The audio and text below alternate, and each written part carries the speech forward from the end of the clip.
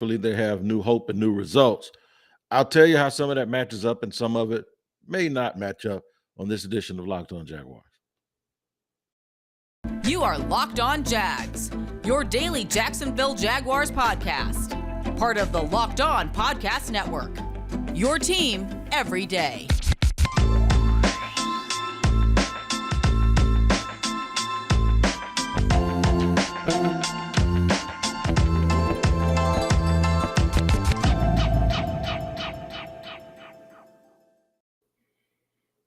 Thank you guys for joining me again on Locked On Jaguars. I am Tony Wiggins, your host of Locked On Jaguars, where it's your team every day.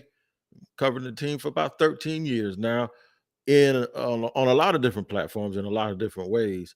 And we've had the same result here in Jacksonville for a long time. And hopefully that's going to change this year. So we're going to talk about that a little bit today, talk about some of the new hope with some of the new faces and some of the things that we hope to see, and some realistic stuff that I also have to bring up because we keep it real all the time here on Locked On Jaguars. Because, you know, we are free on all platforms. Just because we're free doesn't mean we have to lie to you, and we will not do that. We're free on all platforms. Make sure you like and subscribe wherever you get your podcast. We thank you again for making us your first listen. What do I mean by new faces and new hope? And some of it being realistic and some of it not being realistic. I'll tell you. There's some faces that the Jaguars actually got, some new people, some new personnel in the obvious ways that they were going to do it when you enter free agency with so much cap space, and then you're picking high at the top of every single round in the draft. That means you get first dibs, in some shape or form, you'll get first dibs. It doesn't mean, though, that you're going to be able to get all of your needs in 1 year. And it doesn't mean that everyone who you go out and sign or draft is going to have the role of a leader when they first get to a team. I know a lot of people in free agency, we focused on the guys like Christian Kirk, and rightfully so. We focused a little bit on Travon Walker, and hopefully from a draft perspective with Travon especially, it was like, well, you don't use a number one pick to take a guy who's going to give you X, Y, or Z result. And for me, I'm going to break down a little bit of that as to why none of that makes any never mind now, because the pick has already been used. Like, draft season is one thing, like when we're talking about the procurement of talent in draft season and what the team's tendencies are. But now we're going to talk about what the actual role is and why you will only care if certain things happen about the draft status that we had spent so many months going back and forth, whether it was him or whether it was Hutchinson or whatever. And by the way, it doesn't matter to me who it was. I think I'll be saying the same thing right now that I am about Travon Walker. I'll be saying that about Hutchinson. I would be saying that about just about anybody who they probably could have picked, including Kayvon Thibodeau. So it's a little bit irrelevant from from the perspective of looking at the individual. It's a little bit irrelevant. The point that I'm gonna make, and I'll explain all of that to you. I'm also gonna talk about a trench monster that is, and I say that with all due affection, Luke Fortner. I'm gonna talk about Luke Fortner and what bringing him in really means in terms of the confidence that we have in this new staff that they're going to properly develop him. Because one of the things, I don't know if everyone here has listened to the podcast in the past, but one of the things that I've discussed in the past was the Jaguars' lack of investment into the offensive line and the lack of investment that has actually turned out to be very tangible for this team, and which is critical. You have to draft and develop those guys. It's critical to the success of any franchise. So why taking Luke Fortner in the third round, why that's a little bit different.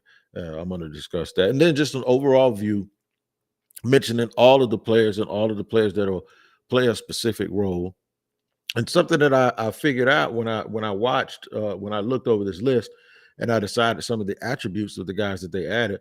We're going to mention Zay Jones, and of course, we're going to mention Darius Williams, and we have already obviously mentioned guys in the past and a little bit today in Christian Kirk. All of those guys played on playoff teams. And with the exception of Brandon Sheriff, who played on a playoff team 2 years ago, and that still counts, these players have played on teams that were fighting for the playoffs and they were playing in meaningful games. And I believe that has a lot to do with also why you group all of those guys together and bring them in here and they're playing on a team that does not have a lot of playoff teams. But real quick, Trevon Walker and Devin Lloyd, who we talked about so much because those are the two first round selections. And we're going to shout out Chad Movement too because we ain't trying to leave him out of this discussion. But I think when you're in draft season and you look at where guys are taken, you always try to equate where they're going and how high you draft them, and you automatically equate that to what type of production you want out of them. Mistakenly, we do it in their first year because we start already, I think, building our arguments, about whether a guy is going to be good or not, and we'll have it framed already if the team starts out poorly and then that player isn't really living up to his draft status. There's an argument that was framed back in May that we're going to say, okay, we're going to bring this out now because I remember when we were talking about this, and vice versa. The one thing that doesn't allow you to have those arguments or those discussions that were already ready. The one thing that'll change all of that, and I told everyone who would listen to me, I said winning. No one's going to care if Trevon Walker has 7 sacks if this team wins 10, 11 games. Nobody. Nobody's going to care if he has 7 and Thibodeau or whoever has 13. There's not one person that's going to care if the Jaguars win 10, 11, or 12 games. They might not even have to win that many for no one to really care, because if we equate the team improvement to the presence of guys like Walker and Devin Lloyd, they'll get credit for things that won't show up in the statistics. They really will. And I'm not doing this to set any sort of precursor or to try to limit any argument or any I told you so argument, because I honestly think I would be having this discussion regardless of who the draft pick was. The key in this whole thing, and sometimes we get lost in it, and role players, and that's the reason why I'm going to discuss guys playing roles a little bit. Role players help the team do exactly what makes fans forget about the fact that they're role players as opposed to being guys that are frontline players. Winning cures everything, and it also prevents you from doing a deep dive into research as to why the team can't win, because you don't have to. And when you do a deep dive on a losing team, usually the first thing that comes up, well, they have no difference makers. And I would agree that both Trevon Walker and Devin Lloyd were drafted to be difference makers. I would disagree that in order for this team to be successful, that both of them have to be instant superstars. And I do believe that there's a little bit of a differentiating that has to happen. But when we talk about whether or not a guy is a difference maker or a superstar, that's why I go back to stats. Some people look at statistics as the thing that you use to determine who superstars are. And I'm not saying that that's right or wrong, because I probably do the same thing. When we're having debates and arguments about guys and their careers, one of the first things we do is go on our little laptop and hit the keyboard and we Google up their statistics. We never really Google up the win percentage of the team. So I'm probably as guilty of that as anyone, but not looking in hindsight, looking with foresight. I don't care who the Jaguars picked. As long as this team starts to win, it doesn't matter. I'll give you a perfect example. In a year where Yannick Ngakoue may have had 8.5, 9 sacks, and the team won, everyone said Yannick's all world. In a year where Yannick has 8 or 9 sacks and the team loses, like he did here in Jacksonville, he doesn't stop the run. You see how we whenever the team wins, we look at those sacks as good things. Whenever the team loses, we look at those sacks as that's all he did because he didn't do anything else. And then we start talking about a guy can't stop the run when we say, well, we don't want to use a high draft pick on a run stuffer. But yet still, when we make an argument for a guy not to get money, well, he doesn't do anything else. The only difference is the team didn't win. when he was doing that before his contract was up. So that's why I'm sort of bringing this up now, that winning cures everything. It cures more than we would like to imagine. How can Trevon Walker and Devin Lloyd have a huge impact on this team? I'll tell you in the next segment. I'm also going to get into Luke Fortner and how refreshing I believe it is that the Jaguars invested and got someone early who can play, and you think that they're going to probably double back and go back and get some more young offensive linemen. And then in segment 3, Zay Jones and Darius Williams, what do they add to this team? Because when you look at Zay Jones' stats, it's not a whole bunch to be, happy about. And I'm going to explain to you why. I don't blame you for feeling that way. I'll give you some reasons why you could be optimistic, but I'm not going to sit here and go, down the hill all day of trying to figure out why they signed Zay Jones, because half the time I scratch my head about it too. But I can only explain what I think they tried to do, and we can discuss and have a healthy conversation whether or not we think they actually did it. So buckle up. We're going to get right to our second segment where we'll talk about what Trevon Walker and Devin Lloyd actually add to this team that can make you optimistic and make you believe that at some point they're going to start winning. We'll do that in just a second here on Locked On Jaguars after I tell you where you can go to start winning, and that is betonline.net, because it's your number one source for all your betting needs and sports information.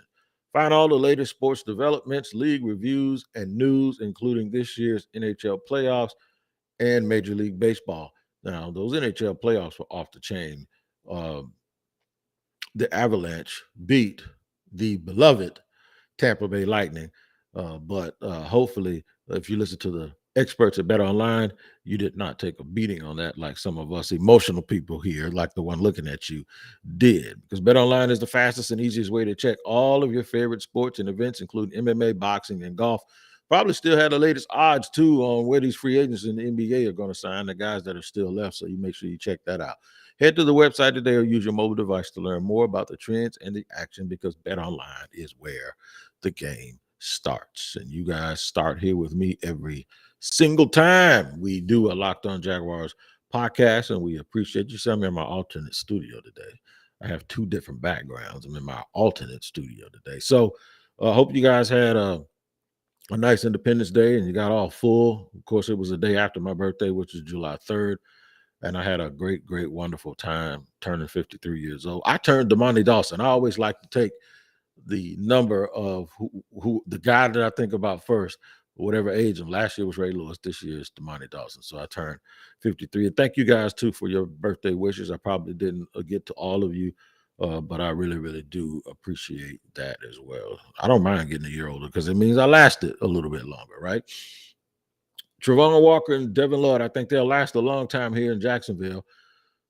But I don't think that – I do believe this. Here's what I believe. I believe that when you start looking at their worth and their value, that it's going to be more than just statistics. I do believe at some point both of them will be guys who will amass a lot of statistics in their career and justify where they were picked. Trevon Walker, it was the guy I would have chosen.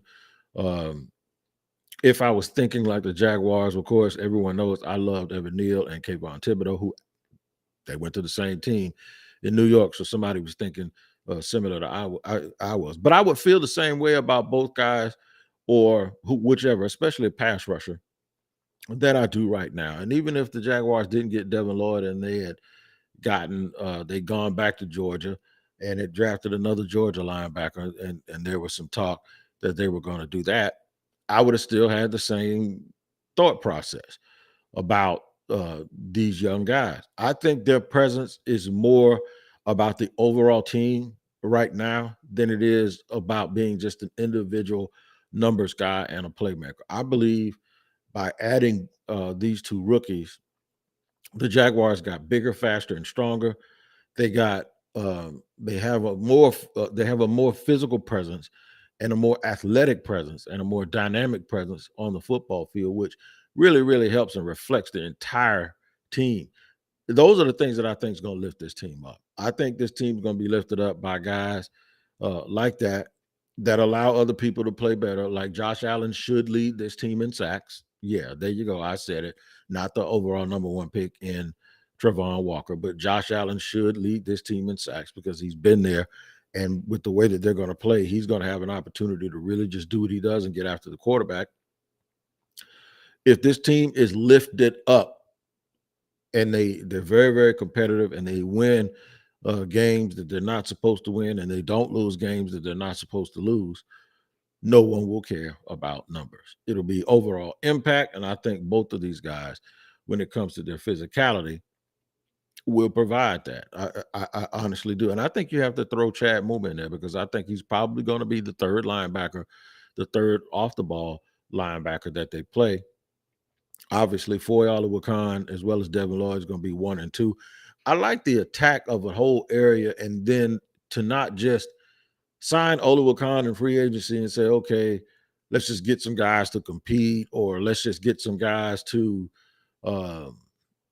let's just get some guys that we can develop. No, they went after and got starters, and they got 2 of them. They got 2 guys that many people both projected they both would start, but they don't have to do that here.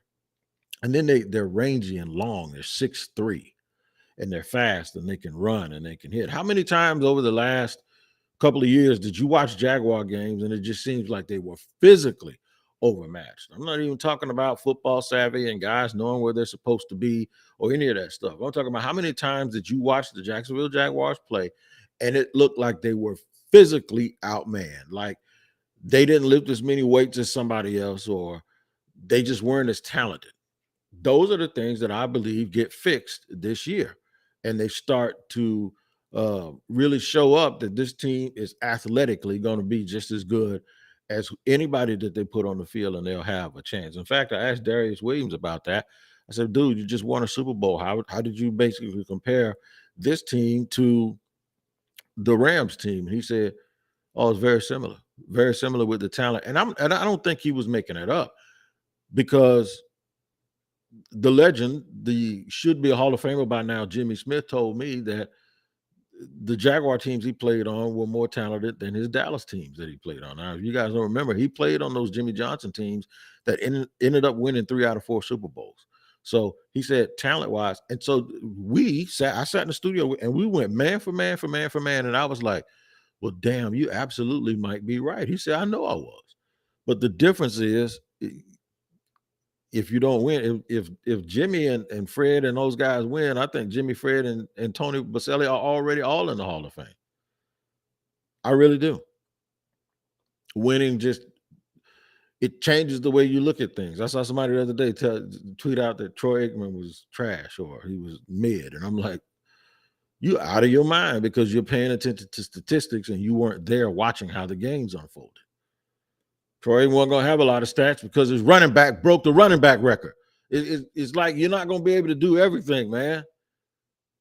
You telling me Michael Irvin isn't a Hall of Famer? Okay, who's throwing him the ball? So it's just sometimes you have to pay more attention instead of looking at statistics. You have to really look at impact and situation, and I think all of these guys impact. I mentioned Darius Williams. I'm going to bring him and Zay Jones up, and I'm also talk about Luke Fortner and why I'm so giddy about that pick since I've been beating on the Jaguars the whole time for not having the right pieces and parts as they move forward. But first, I'm going to tell you about someone who does have the right pieces and parts, and that is rockauto.com, because they have absolutely all the parts and accessories for any make and model of vehicle that you can imagine.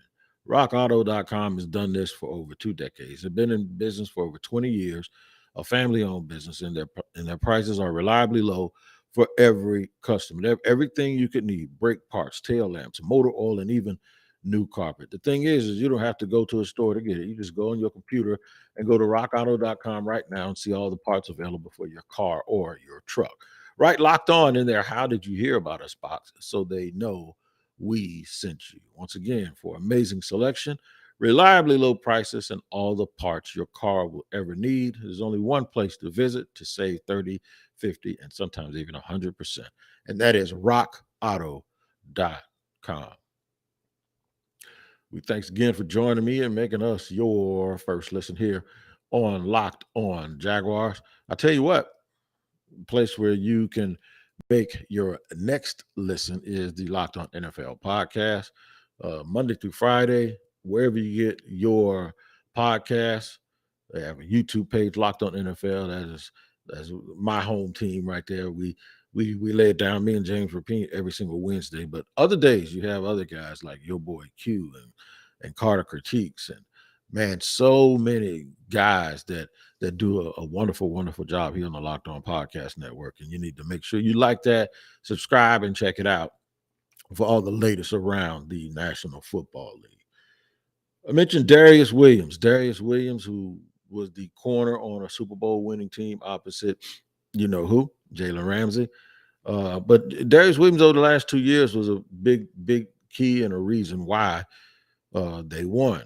Of course, when you get guys like Ramsey and, of course, Aaron Donald and Von Miller, those are the top line guys that we think about. And we go, that's why they won.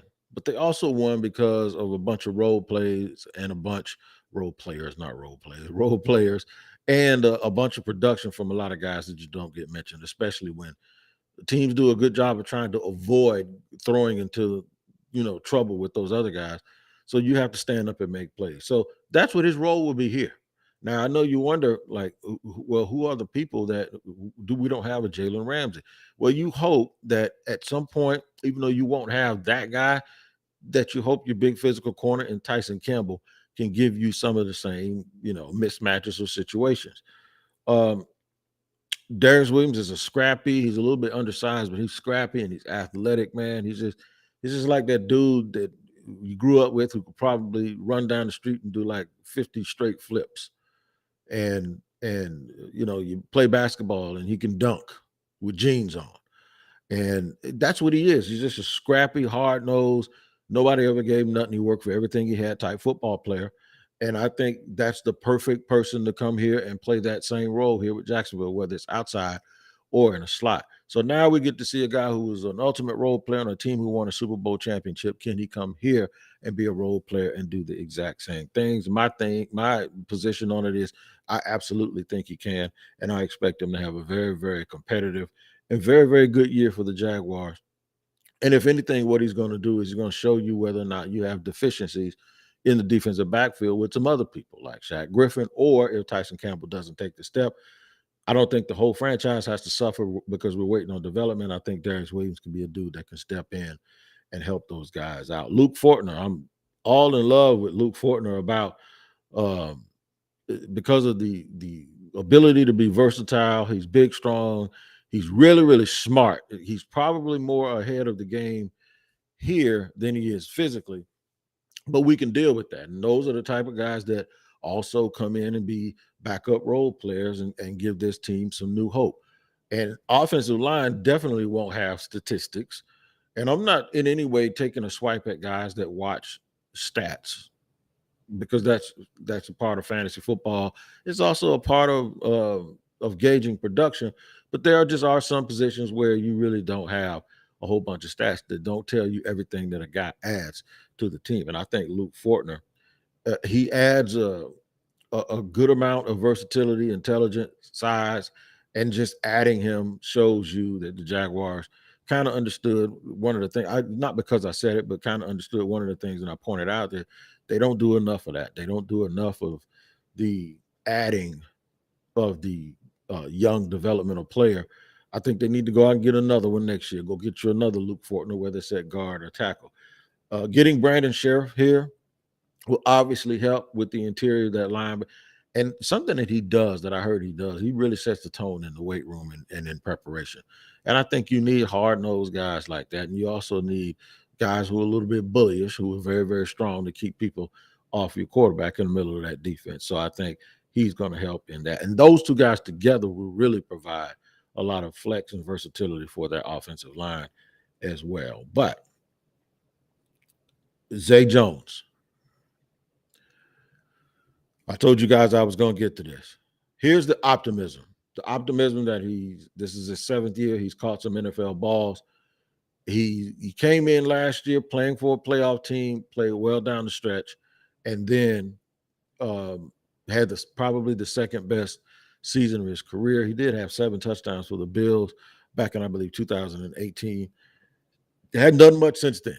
Has not done much since then, but maybe the way he closed the season out for a playoff team last year gives a little bit of hope to the Jaguars that they probably got something that they can work with. For me, I thought it was a slight bit of overkill, especially what they paid for him. That's just me. But maybe they paid the money because at the end of the day, they thought he was going to be gone, and he wasn't. They paid a lot of attention and gave a lot of credence or they gave a lot of credit to what happened down the stretch.